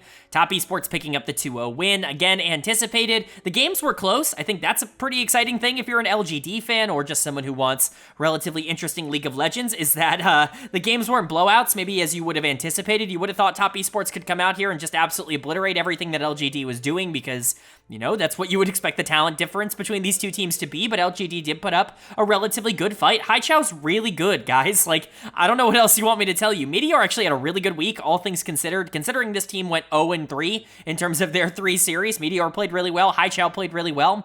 But they just don't have the consistency across this roster to really be able to win games. That's really the end of the story. Even against, teams a little bit less than Top Esports, that wasn't the case, so I don't really see why it was ever expected for it to be the case against Top Esports. Player of the series is going to go to Jackie Love. It really has to go to one of the two in the bot lane here for Top Esports because that was the dominant lane for this team. Jackie Love, Mako both were excellent in this series. I thought Jackie was a bit better in the closeout game number 2, which was a little bit more high pressure, a little bit more back and forth. And Jackie being the one to kind of take over and do a lot of damage in that game, I thought was a tad bit more important than Mako, just dominating in terms of a lot of the engages in games 1 and 2, really shutting down everything that LGD wanted to do. I think both were obviously great, and you could give player of the series to either, but I ended up slightly leaning towards Jackie Love there. Tion continues to look awesome. Like, there's really just nothing else left to say. His pathing is pretty spectacular. His tempo is pretty spectacular. His team fighting is pretty spectacular. He's not the perfect player. Like, he's not Kanavi or Canyon in terms of the way that he's impacting the game, all the time, but he looks like that if you're Meteor, or if you're, not one of those other top tier junglers. If you're just some guy and you have to go up against Tion, even if you're just like an average LPL jungler, like Tion's going to make you look like you are completely nothing, and that's kind of the fun part of him. He just controls the entire map. Cream continues to look very good. AD mid laners are really good in the meta for him because he loves playing aggressive. He loves playing to try to win these 1v1s in the mid lane, and I think, even if Haicha was also great here, so was Cream. I don't want to take anything away from him. 369 man is the one that I'm most concerned about. He has been really up and down over the course of this split. Some awesome engages in this game. Like, game number 1 in particular, some awesome engages on the Cassante, some good moments on the Mordekaiser, but some awful moments in lane from 369, which just feels very out of character for him as a player. Just some strange stuff going on. Again, I'm not going to try to freak out, but he's kind of carried over his bad form from MSI here into the LPL. If that continues, that's going to be a major issue for him and for this team in terms of trying to compete for a top 2 spot, because he was one of the defining features for why this team ended up finishing clearly as the number 2 team in the LPL last split, was 369 just looking so good in that top lane. So hopefully he can figure things out, but the rest of this roster is looking really good right now, specifically the 3 carries. Tion, Cream, and Jackie Love just all look spectacular. Not that Mako looks bad at all. He's in contention for the best support in the world, so I'm not really worried about this team in the slightest. And, for LGD, they are what they are. Like, I don't know how many times this week I can go over the same things over and over again. Haicha was awesome, and honestly a player that I'm completely bought into at the moment. I'm not going to call him a channel darling because I was so low on him at the beginning of his career, but I have completely turned around. I'm all aboard the Haicha train in terms of how he has played in 2024. He is the reason LGD is here. Meteor has had a really good week, and generally I think is a little bit better than I'm giving him credit for. He's probably closer to what I was talking about for him in 2023 than what he has been so far and how I've talked about him in 2024. Which is a good thing for him overall. The rest of this team's just not that good. Bertle is solid, and if he was in the lower group, I think he would look really good in that group, but he is not the kind of player that can go toe-to-toe with the upper group, especially in terms of macro and decision-making. And Kepler and Jinzhou are, like, again, one of the weakest bot lanes in the LPL full stop, let alone in Group Ascend. They're going to get absolutely brutalized by Jackie Love and Mako, and that's what we saw here. Kepler being in still astounds me. This guy just doesn't really do anything, and Jinzhou's going to get another dud of the series. That's 3 across this week. I mean, a truly, truly deplorable week for Jinzhou individually as a player. Just not good. Not good. Like, nothing else to say. This bot lane sucks. Top side's a huge weakness for them, at least in terms of the upper echelon of teams, and Meteor and Haichao can't really do anything to fix that problem. This is just not a particularly good team in this context, and Top Esports is. I mean, not a ton of analysis to give there. I guess you already kind of knew that this was going to happen, but at least that's the takeaway here. And then moving on to our third series of day number 6, and this is the top of the table clash that we had been waiting for, definitely with a new twist on it. It's LGD Gaming taking on Bilibili Gaming. And BLG is going to win in 3. They're going to defend their spot at the top of the standings. They're going to defend that number 1 position, moving to 3-1, picking up a huge win and doing it in very interesting circumstances, because I, along with others, I'm certainly not alone in this conversation, have been pretty critical of the idea that Wei coming into Bilibili was going to be good at all for this team. I was very concerned about this, mostly because while Shun has certainly been a question mark since MSI, he was so good before that, and he was so good last year. I think tampering with the formula is just something that I very much worry about. This guy was, potentially someone you could look at as like an MVP in the regular season for spring. It's funny because I was the one pushing back on a lot of the Shun hype, not only going into last year, of course, but look at how I talked about him in the playoffs, just like the general playoffs of the LPL, the MSI videos that I did. Like, I was pushing back a bit on Shun, but even I don't think it's a real good idea to take the best team in the LPL and just change your roster in the middle of the summer split. That concerns me, and that's something that they did here. Shun was subbed out after their loss in game number 1, and Wei was put in. However, Wei was awesome in these 2 games. Like, he really was a very dangerous threat for JDG to have to deal with. Kanavi really had his way with Shun in game number 1, which is to be anticipated. Kanavi is a better player than Shun. Kanavi is a better player than Wei. I'm very happily willing to say that. He's one of the top 2 junglers in the world. However, Wei clearly was able to stabilize this series in a way that I just don't think Shun would be able to do. They are different styles. That is important to note. When the Maokai comes out in game number 2, you know Shun's not still in the series, but I don't know what this means for the long-term implications. Do I think that Wei has just completely been trapped by RNG? Do I think that all of his bad play, including when he was on a good team for RNG in 2022, when he still was individually playing bad, do I think that all of that is attributable to RNG just being, you know, an up and down kind of org? No, I really don't. I think Wei himself has some major fundamental issues in his game right now that he needs to work out. I also want to point out that, you know, generally speaking, as we've seen, when teams are not prepared to face a specific style of player, specifically in the jungle, they really struggle against that. It's the reason that Leon coming in, you know, last split for Invictus Gaming just randomly started making them way better. It's because not because Leon was a superstar, but because teams were not ready for the style that Leon was going to bring and how that impacted the general gameplay of Invictus Gaming. That is very possible here for games 2 and 3 with Wei coming in, the surprise factor being a major influence, and, you know, that potentially not being a huge upgrade in the long term, but this is something that we're going to have to continue to monitor, because at least in this series, Wei was better than Shun. I'm certainly not going to deny that. I just don't know about the long-term implications of that sentence and of that message. I assume Wei is going to continue to play for this team. If he does, we're going to have to see how he continues to perform. In my opinion, he should have an incredibly short leash for this team. Shun needs to be available if this team struggles in any way. Not continues, because they haven't started struggling, but if Wei comes in and there's even a hint of doubt, like, I think Shun has to be the option, because you know that you can win the LPL with Shun. You know you can make an international final, and at the very least win a game off of a generally untouchable Gen G team with Shun, even if he is the weakness in a series like that. You don't have that same kind of confidence in a player like Wei, because as I've been saying for a majority of this year, he is significantly more of a name than he is a player at this point, or at least that was my scouting report on watching him over the last 2 years, really. It's not even just this year. It's not just RNG collapsing last year either. Like, go watch summer 2022 tape. It's the way that you know is not there, even with the team doing well. The way that you know just didn't exist there. So it's going to be interesting to see, but at least for now, it's certainly a more interesting conversation than I was anticipating. He's not even player of the series, though. I got to talk about On, who is player of the series. He was the most consistent player across this entire series, for sure. Mostly the Alistair in game number 3, which just was super dominant. This is the On that we've been kind of waiting for. Elk has really been the one to prop up this bot lane so far this split, but On, you know, starting to get his mojo back, starting to get the spring version of what he was, the player that was in conversation to be MVP back. Knight has obviously carried his form over.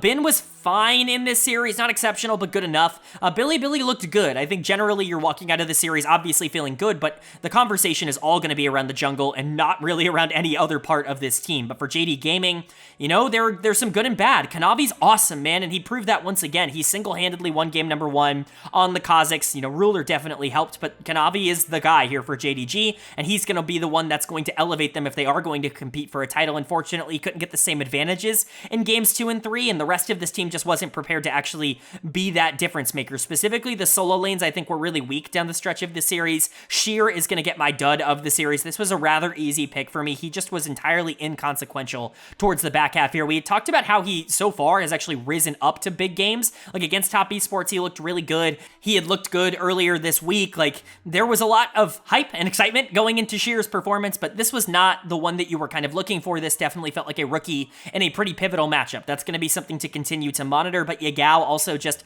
not really impressing me, kind of doing the classic quirky thing of having really high damage numbers without really impacting team fights or really affecting the game at all, and that's the kind of unfortunate truth of just taking this trade-off in the matchup every single time of playing Corki into Tristana. Missing was fine. I think his scoreline looks worse than he played, and Ruler and Kanavi were really good, I think generally, at least in terms of their performances, but unfortunately, this is exactly who we thought JDG were, and this is who they were last split. This is Kanavi and Ruler being elite-level players, and everything around them being, unfortunately, too big of a question mark for them to be able to be one of the best teams in the world. Hopefully, that does end up getting a little bit better, but BLG proving that they deserve to stay atop the LPL, at least for now, with another really good performance. But now we get to move to our 7th and final day of LPL action, and unlike the traditional schedule, we actually only have 2 series on this 7th and final day because we had 3 on day 4, so kind of a regular day to end off the week, and it's anything but regular in our first series as we have yet another back-breaking loss. It's Team WE taking on Ultra Prime, and Ultra Prime picks up the 2-0 series win. What is happening with WE right now? They went from 2-0, 4-0 to 2-3, 4-6 in 1 week. They've gone 0-6 across this week against teams that they should have beaten all of them. There really is no excuse for them losing any of the series at all, let alone not winning a single game across this entire week. It's just a disaster. There's nothing else really even left to say. For WE, things are just going about as bad as they could possibly go right now. This went from a team that was clearly going to make it out of Group Nirvana, that was likely going to be the best team, and I had in my top 10. They were number 9. You can see it on the screen in my power rankings coming into the week. I didn't think this was just going to be a good team. I thought they were going to be a playoff team, not just get into the play-ins, get into the playoffs. And yet here we are, sitting here after week number 3, and this team might not even make the top 4 in the group. It still is very possible for them, but it's become a lot harder after this week. They could have locked it in, essentially, through their series this week. They could have gotten so far above everybody, and yet here they're sitting with the same record as Ultra Prime, and in fact, they have a worse game score than Ultra Prime. They're not sitting in a top 4 spot in Group Nirvana right now. They might not even get into a play-in series. That's how bad they played this week. For Ultra Prime, this is obviously a really nice win. This team was also predicted to do very well in this group. I thought that they were significantly less real than WE were coming out of that qualification stage. Ultra Prime got very lucky in terms of the group they ended up drawing, with teams like Weibo and, Ninjas and Pyjamas looking very questionable for parts of that group. Invictus Gaming being one of the worst teams in the league. They had a couple of opponents that they actually could win games against. I didn't think they were actually nearly as good as they showed in that run, but here we are. They're at 2-3. They're definitely still in the hunt for a spot in the play-in stage, which would obviously be a pretty big success for them regardless of what the expectations were going into this main stage. But a couple of players I think are starting to play better, most notably Ching Tian in the top lane. He was awful in the qualification stage, even with Ultra Prime being so good, and even with them having a chance to get into Group Ascend if everything were to have gone right for them. Ching Tian was still one of the weakest players in the league, like on the level of Hoya, like on the level of Decade, who he replaced on this team, where he was just actively losing a lot of games for his team and not really influencing them in their wins all that much. He has also been better here in the main stage. That's kind of been the case for quite a few players, where they played pretty poorly, I would say, all things considered, in the qualifications. They hit the main stage, they start to lock in, start to play better. That was definitely the case for Ching Tian, and he had a great series here, just completely outplayed Wayward, who was awful this week. No ifs, ands, or buts about it. He was really bad over the course of this week, but Doggo, Nickit were the other two that I really wanted to shout out. Bot lane looked really solid here. Abel and Mark clearly had a bad week. I mean, I've gone over that quite a few times already, but that was, that carried over into this series against Ultra Prime. Doggo and Nickit were able to take advantage of that. Nickit looked awesome in the qualification stage. He was probably the best player on this team in the qualification stage. It was either him or Hacker, who were both really good for them, and so for Doggo to step up, look really good in game number 1 on the Zeri, for Nickit to look super consistent across both the Enchanter in Renata and the Engager in Nautilus, really good stuff. Uakai 14-1-8. Scoreline's definitely a bit more impactful than maybe the actual performance, but still good. Hacker gets 2 games of Zyra and looks really solid. I mean, Ultra Prime, to their credit, looked good, but the takeaway for me here is just how bad WE looked. There's really no other way for me to look at this series, and that's the disappointing part. Dead of the series is going to go to Wayward in the top lane. He is completely fallen apart. I don't know what happened. He was an all-pro in spring. I think for me and for a lot of other people, he was not only good for WE in the regular season, he was great for them in the playoffs as well, being the player of the series in their 1 playoff win for me. He's just a player that I expected more out of, regardless of the reputation for Wayward. He is not the kind of player that should be losing to Ching Tian. Kind of funny of a matchup here. These were 2 former teammates, 2 players that kind of constantly got switched in and out for each other on top esports back in the day, both scapegoated in a couple of different directions. I thought both of them were in line for good years. That's kind of been true, just in very different ways. Both of them have been good for small stretches of time and really bad for other stretches of time. So definitely not ideal in that front, but Wayward really letting this team down. Abel and Mark continue to just get outplayed. No other way to put it. Mark has been really bad this week. Abel has done essentially nothing for this team. He's not been the feast or famine carry that they brought in to kind of fill that role. He's just been there. And it again raises the question of, like, where is Stay? Stay was so good good for this team in spring. They decided to move into a different direction with LP, who was awful. Abel has not really solved the problem either. Just feels like a very weird situation here for WE, but, you know, Fofo has definitely cooled off. Like I said, he's not been the problem for this team, but he's certainly not been the solution like he was earlier on in the summer split. Yan Xiang, I think, is actually fine. I don't really have a huge issue with him individually in terms of his jungle pressure. I don't think he has been the issue here, but WE has plenty of problems. They need to fix their macro. They need to fix their micro. They're losing their lanes. They're not generating pressure.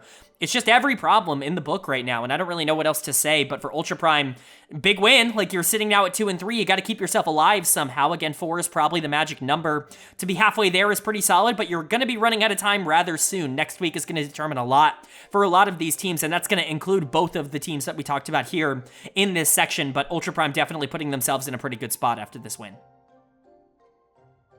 But that's going to bring us to our final series of the week here in the LPL, and it is a very, very good one to end the week on. It's LNG Esports taking on FunPlus Phoenix, and FPX picks up a 2-0 series win. They hand LNG their first series loss of the stage, of the main stage here. They move to 3-2, and that's a 3-0 week, all things considered, for them. And this is about as much of a dream scenario as they could have possibly drawn up to go into the week. You know, going in 0-2, obviously that had been a rough stretch. You know, I don't think anybody expected them to be ridiculously good at this stage. And, you know, in Group Ascend, I wasn't anticipating this team competing for top 4. I thought that they were overvalued in spring, and they already couldn't get to top 4 in spring with everything kind of going wrong for a lot of the other teams that were going to be competing, like LNG and like Weibo. And so for them to come out here and, you know, struggle a bit, I would say, in the first couple of weeks of the main stage, I wasn't really all that surprised, but here we are at the end of week number 3. They're above 500 and they've just beaten the undefeated team. This is a pretty good place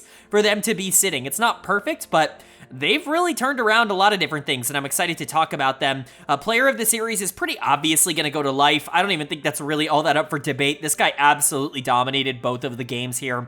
On the Leona, on the Braum, whatever you really want to look at, mostly on the Leona, just because I think the brand obviously stole a lot of spotlight in game number 2, if only because he's brand, but Life was awesome, and this was, you know, kind of chalking back to the spring split a lot more than I think we had been seeing from him throughout a majority of summer. They've been good in summer. Dectum in particular, I think, has continued his really good form coming from the spring split, but Life certainly hadn't been nearly as dominant. I think there were some concerns that, you know, the Rumble was the reason that he was doing well. The off-meta picks were the reason that he was doing well in the spring. Well, no, it turns out he still does play at a high level regardless of what he picks. He plays Engagers well. He plays Protectors really well, as he did on the Braum in game number 2. Just a really good showcase here from Life, who is re-cementing himself as one of the more fun supports to watch in the world, as he was for so many years before a disastrous 2023 on HLE. Of course, Dectum deserves a shout out for being able to capitalize on a lot of the engages that Life created, especially in game number 1 on the Misfortune. Again, low investment AD carries are just so valuable right now.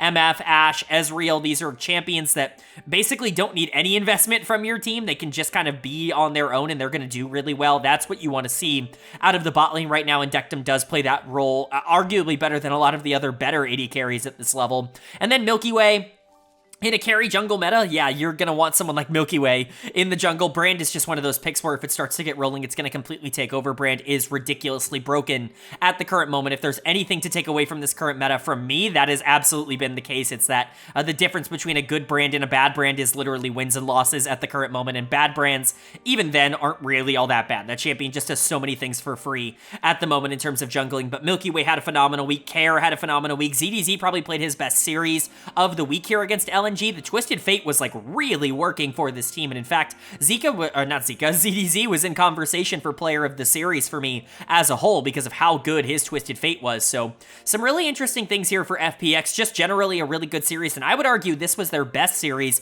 of the week. Of all of the wins that they got, of all 3 of the wins, this was probably the one that I was the most interested in, and certainly the one where they played the best all-around game, which is really impressive to do it against probably the best team that they played against all week. And then for LNG, this is where the undefeated stretch unfortunately does come to an end for them. Still a good showing, I would say, all things considered. I think Gala and Hong still look very good as a bot lane duo, and I think there are some positives to take away from Scout and Weiwei. I don't think a lot of the progress that they made went away. I think FPX, quite frankly, just played better in those matchups. Care was a little bit better than Scout. Dectum and Life were a little bit better than Gala and Hong, and you can live with that. I think if it had been a complete train wreck, you'd be a bit more concerned because of just the history of this team, but because they didn't completely fall apart, you can imagine them just tweaking and fixing up some of the small things and just kind of moving along. The problem for me was top lane. Zika is going to get done of the series. Like I said, ZDZ was actually really good in these 2 games on the Twisted Fate, was really able to not only control the 1v1 in the laning phase, but also translate that into macro pressure in the mid to late game. You know, Zika has been somebody that has been improving throughout the year, but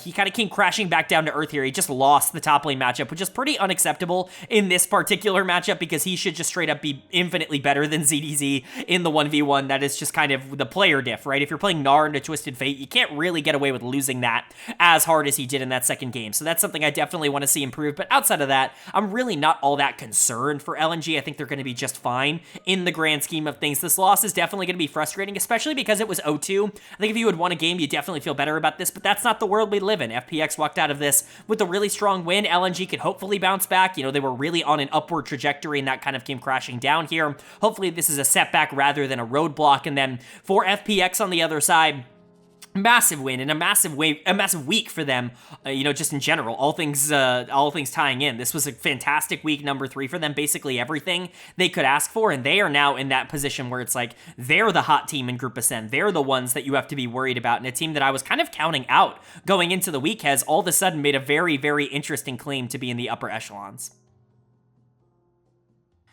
All right, but that is going to do it for my LPL main stage week number 3 overview and analysis video. I do hope you guys enjoyed. Up on the screen now, the updated standings after 3 weeks in both of the groups. We're finally starting to get some teams locked in to some specific spots. Nothing in Group Nirvana just yet, but in Group Ascend, we have our first 3 teams to officially qualify for the playoffs. LNG, JD Gaming, Anyone's Legend officially qualified. Bilibili is technically in 3rd place, but they have not qualified because they played one less series than AL. So, you know, just the way the schedules work out, the way the game scores end up working out, those are the only 3 teams to technically qualify already for the playoffs. There could be some shuffling around, theoretically, if everything were to go wrong for these other teams, but we already have a pretty good picture on who's going to be making it, and that's where we get into my personal power rankings. You can see those rankings in the power ranking column. Any number in there from number 1 to number 17 is where I personally power rank these teams from number 1 to number 17. Change right next to that is how that has changed from last week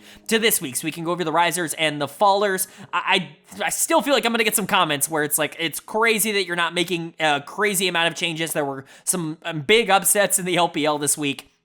And I hear you. Trust me, I'm there. I just talked about it for an hour and a half. Like, I understand that there were a ton of upsets in the LPL this week. I just don't know how many of them really change my thoughts and opinions on what I'm expecting from these teams in big moments, in the playoffs and things like that. I still expect the top 3 to be the top 3. I understand there was some ups and downs for them this week, but Bilibili going to stay at number 1 because of that win over JDG. If they weren't able to get that, if they had lost that series, they would be dropping down. But they didn't. They ended up winning it, so they stay at number 1. JDG will stay at 2 because they made it very competitive. And Top Esports had a really nice bounce back week, but not enough to put them back at number 2 for me just now. Top 3 feels very solidified, but top 4 has finally been cracked by somebody else since the start of this stage. LNG is going to go up to number 4. I know I just talked about them losing to FPX, but like I said, that felt more like a setback than it did like a big roadblock in the middle. It felt more like, you know, this is something we can overcome and get better at. I really believe in this roster quite a lot, actually, and I think they will be a top 4 team by the end of the year now, and unfortunately that pushes AL for the first time out of the top 4 down to number 5. They just didn't really impress me at all this week, and there were some real concerns in terms of whether or not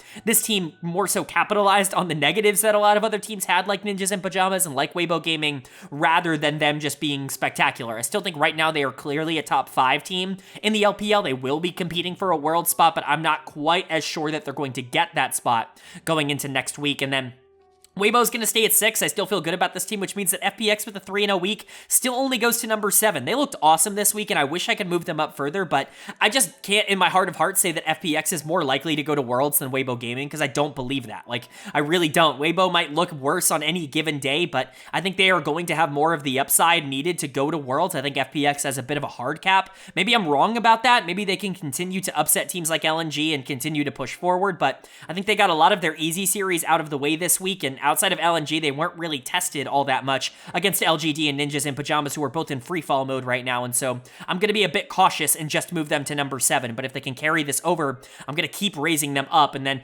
some are going to want Ninjas and Pyjamas lower than 8. This is about as low as I can put them right now, because I just don't know how they would do against the teams in Group Nirvana. I would expect them to do relatively well. That would be my anticipation, but we're not seeing those matchups, and so it's basically impossible for me to know. This is kind of the big negative of the system, that and the fact that the Group Nirvana games essentially mean nothing. Ninjas in Pyjamas is just hard to read, and so for now, they're just going to stay at number 8. That's not going to be the case for a couple of other teams. We'll talk about it. 2 teams from Group Nirvana jumping into my top 10. OMG at 9, Rare Atom at 10.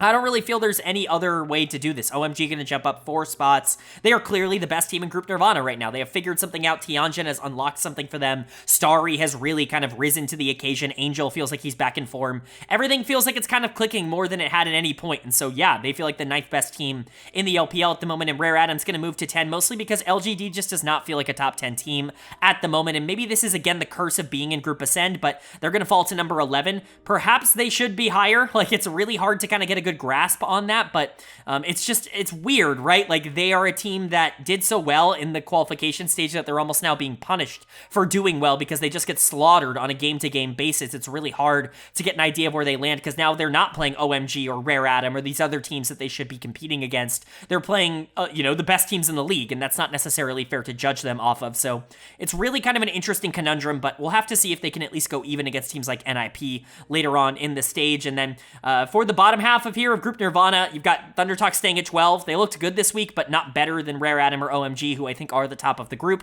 WE gonna fall to 13. This is really the only fair spot I could find them to put them in. Like, maybe they could even go lower. They lost to Ultra Prime. Perhaps you could put them at 14, but I just don't believe that they are a worse team than Ultra Prime, and I think that they should be a team that ends up getting one of those final spots. Ultra Prime gonna stay at 14 for that. And then a bit of a shakeup at 15, 16. Invictus is gonna jump Edward Gaming, who was clearly worse than them over the course of this week. EDG and RNG are your bottom 2 teams. Oh, how the tables have turned here in the LPL. Maybe some people want to see RNG move up, but there is no way I'm trying to analyze whatever the hell that series was. So they're going to stay at 17, at least until they can prove they can win with an actual roster that they want to move forward with. But those are my power rankings. Let me know what you agree or disagree with down in the comment section below. Love to know your thoughts and opinions down there, but it's time to get into my player of the week and my dud of the week for week number 3 here. And player of the week was super easy. This is going to go to Milky Way the Jungler for FunPlus. Phoenix 3-0 week probably means somebody did pretty well, and Milky Way did pretty well. He has adapted to this AP jungle meta in a really strong way. We kind of expected that. This is pretty up his alley in terms of his playstyle, but he really unlocked it this week where he was exceptionally good for FPX and really important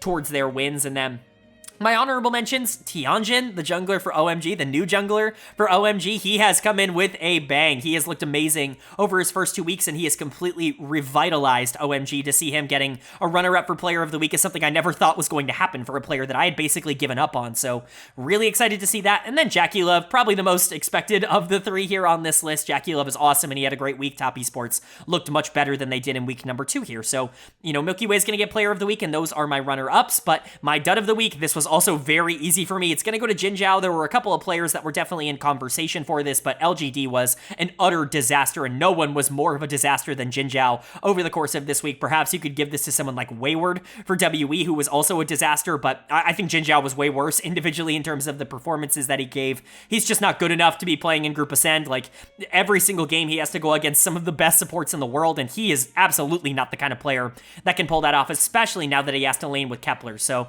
Jin Zhao's going to be a pretty easy choice for dud of the week, and Milky Way is going to get my player of the week here for week number 3. But that is going to do it. I do hope you guys enjoyed. If you did, leave a like. It really does mean a lot to me. It lets me know you guys are enjoying the content, and it does help get this video out to a lot more people, which I'm always very appreciative of. If you're new here, hit the subscribe button. We don't only post about the LPL on this channel, we post about all 4 of the major regions. That's the LCS, LEC, LCK, LPL, every single week on this channel, as well as the NACL, Tier 2 over in North America. So if you want a comprehensive overview of everything going on in LoL Esports, this is the place for it. Hit subscribe and hit that bell so you can be notified when those videos do go live. But of course, with all that being said, I hope you all are having a great day. Hope you continue to have a great day, and I will see you all